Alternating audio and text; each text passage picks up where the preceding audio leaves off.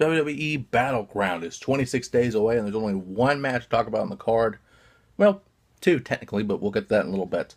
First off, we have Sami Zayn versus Kevin Owens, the last possible match for this to happen before the WWE draft. That is, if they both get drafted to different shows, one goes to Raw, one goes to SmackDown, this will be the last time we will ever see this match happen. At least until maybe one of the big four, like SummerSlam or WrestleMania or something like that. If they were to do a Money in the Bank ladder match or a match for a title like they did at WrestleMania for the Intercontinental title or something something like that. But with the draft, there's also a possibility of the Intercontinental title going to Raw, the U.S. title going to SmackDown, or vice versa, or whatever. But with that being said, I mean, there's a lot that goes into this draft in general. But with Sami Zayn and Kevin Owens, this is probably the final match until one of them gets traded or something, or, they might just stay back on the same show. You never know.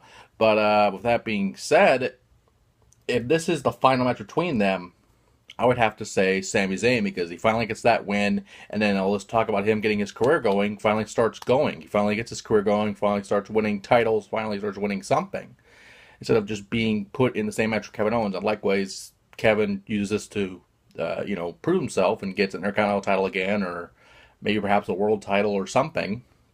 We still don't know if there's going to be two world titles, because if there is, that could be a possibility for Owens or Zayn or whoever. But with that being said, the only thing we have to talk about is the triple threat match. The only reason I'm talking about this is because it could have potentially been a fatal five-way, but John Cena did not win his match against Seth Rollins, and AJ Styles did not win his match against Dean Ambrose. So that's not a possibility. But the only reason I'm talking about this is because now there's matches for the WWE Championship instead of it being what it's been called, the World Heavyweight Championship, an undisputed title, which brings the question is this belt going to be split up again? Is the world title going to be on SmackDown, or is this belt going to be on SmackDown and the world title goes on Raw or something like that?